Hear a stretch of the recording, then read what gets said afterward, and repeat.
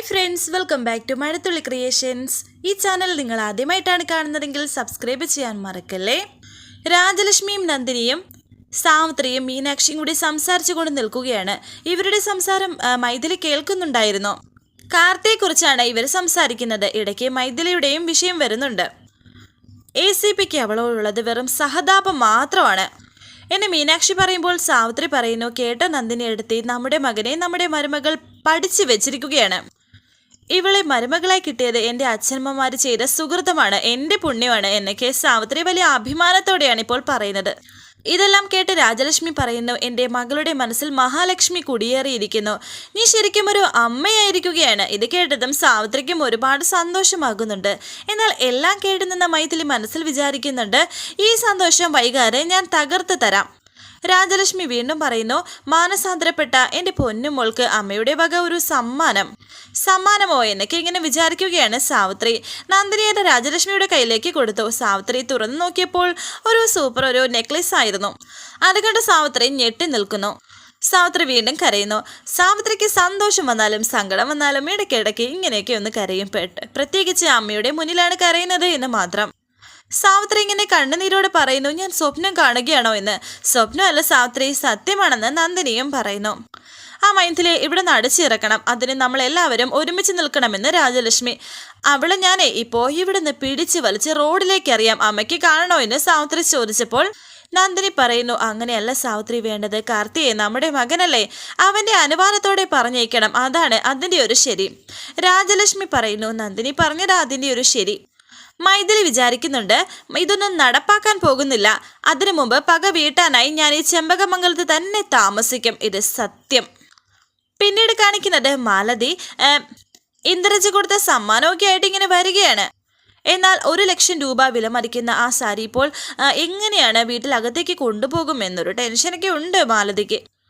മുൻപ് ആരും ഇല്ലെന്ന് തോന്നുന്നു. എൻ്റെ ആ നശിച്ച അമ്മായിയമ്മ കണ്ടാൽ എൻ്റെ കഥ കഴിക്കും എന്നൊക്കെ മാലതി ഇങ്ങനെ വിചാരിക്കുന്നുണ്ട്. എന്നിട്ട് അകത്തേക്ക് കയറി പോവുകയാണ്.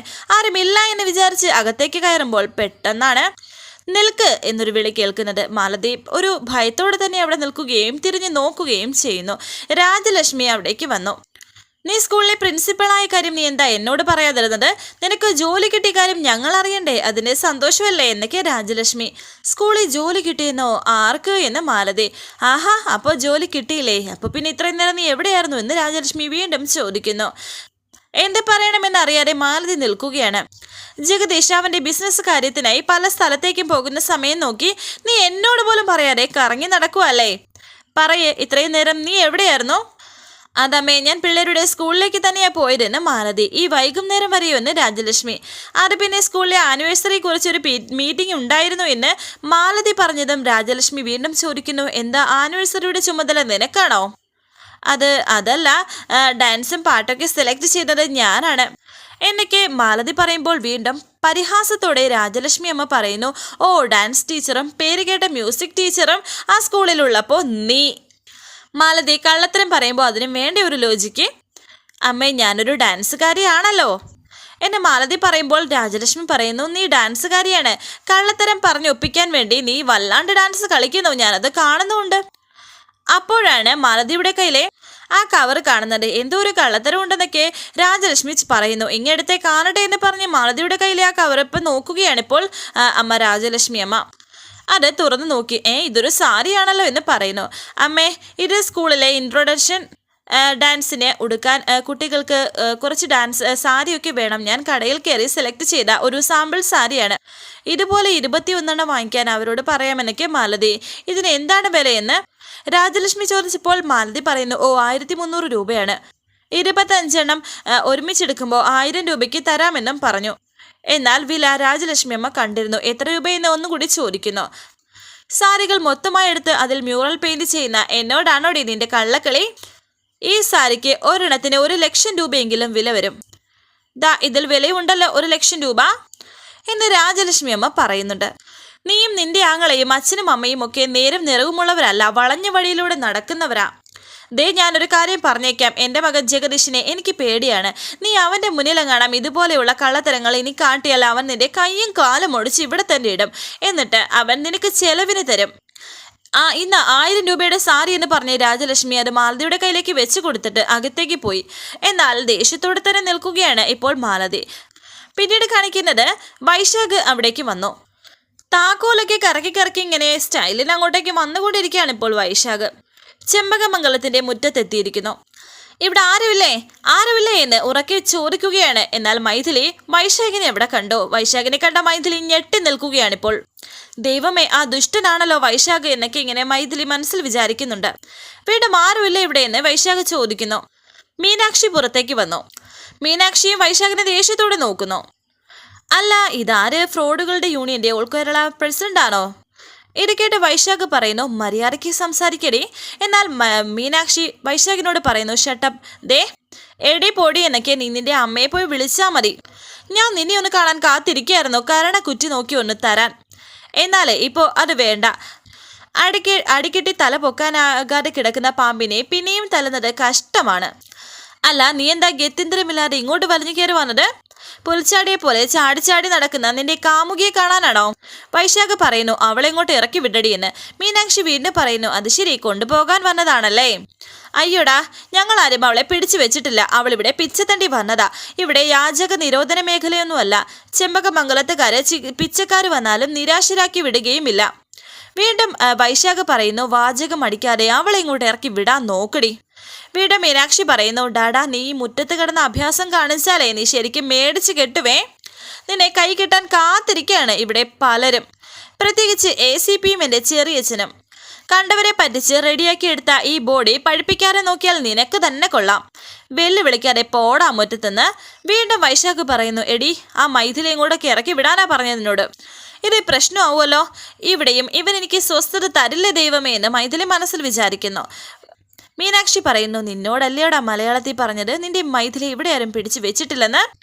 എന്താ അവിടെ പ്രശ്നം എന്ന് ചോദിച്ച് മാലതി വരുന്നു. ദോ പെങ്ങള് വന്നല്ലോ. നിങ്ങളുടെ പൊന്നങ്ങള് വന്ന ഇവിടെ കിടന്ന് വെല്ലുവിളിക്കുകയാണ് എന്ന് മീനാക്ഷി പറയുമ്പോൾ മാലതി വൈശാഖിനോട് പറയുന്നു, എടാ വൈശാഖി, നീ എന്തിനാ ഇങ്ങോട്ട് വന്നത്? ഇവിടെ പ്രശ്നം ഉണ്ടാക്കാതെ നീ വേഗം പോയേ. വൈശാഖ് പറയുന്നു, അവളെയും കൊണ്ടേ ഞാൻ ഇവിടുന്ന് പോകൂ, ആ മൈഥിലിയെ. എൻ്റെ ദൈവമേ, ഇന്നിവിടെ ഒരു ഭൂകമ്പം നടക്കുമല്ലോ. എടാ, നിന്റെ ചേച്ചിയാ പറയുന്നത്, നീ ഇവിടെ നിന്ന് പോ എന്നെ മാലതി വീണ്ടും പറയുമ്പോൾ വൈശാഖും ദേഷ്യത്തോടെ ഉറക്കെ പറയുന്നു, ഞാൻ പോവില്ല, അവളെ ഇങ്ങോട്ട് വിളിക്കേ.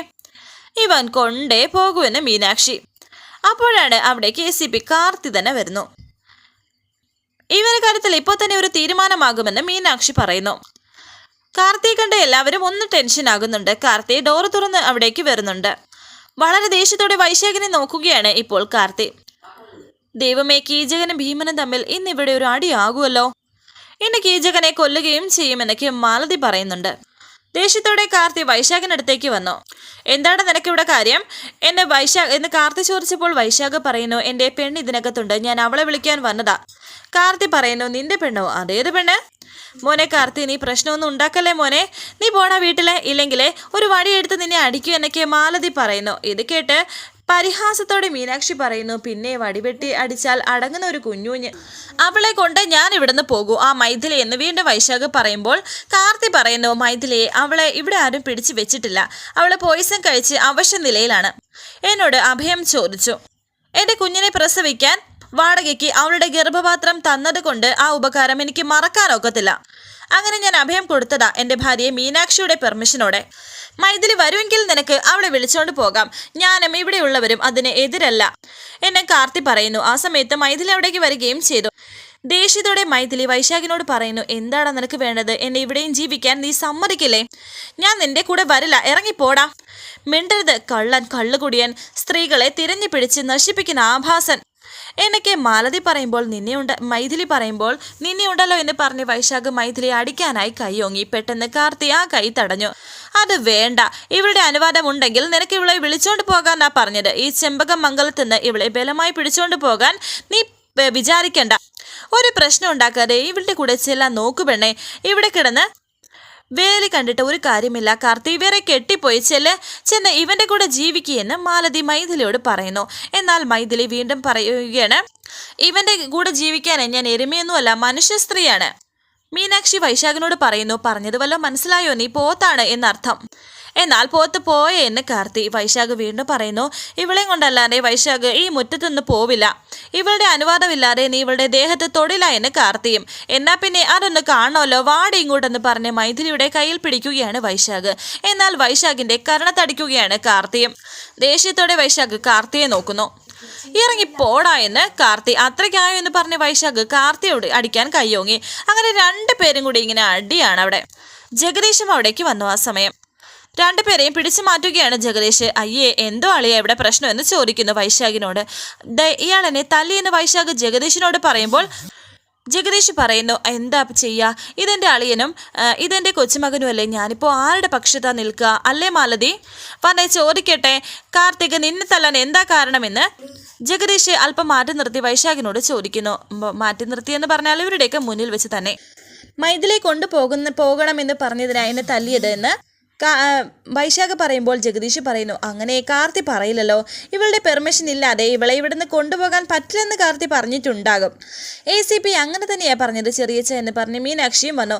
ഇയാളുടെ കൂടെ ഞാൻ പോവില്ല, ഇയാൾ അത്രയേറെ എന്നെ ഉപദ്രവിച്ചിട്ടുണ്ട് എന്ന് മൈഥിലി പറയുമ്പോൾ, ഓ അപ്പോൾ അതാണ് കാര്യം, ഇവൾക്ക് അളിയനെ വേണ്ട, ഇവളെ ഇവിടെയും വേണ്ട. എങ്കിലും ഇവിടെ അഭയം ചോദിച്ചു വന്ന ഇവൾക്ക് ഇഷ്ടമില്ലാത്ത ഒരുത്തൻ്റെ കൂടെ ഞങ്ങൾ വിടത്തില്ല. അതല്ലേ മാലതി അതിന്റെ ന്യായം എന്ന് ജഗദീഷ്. അതാണ് ന്യായം ജഗദീഷ് ഏട്ടാ എന്ന് മാലതിയും പറയുന്നു.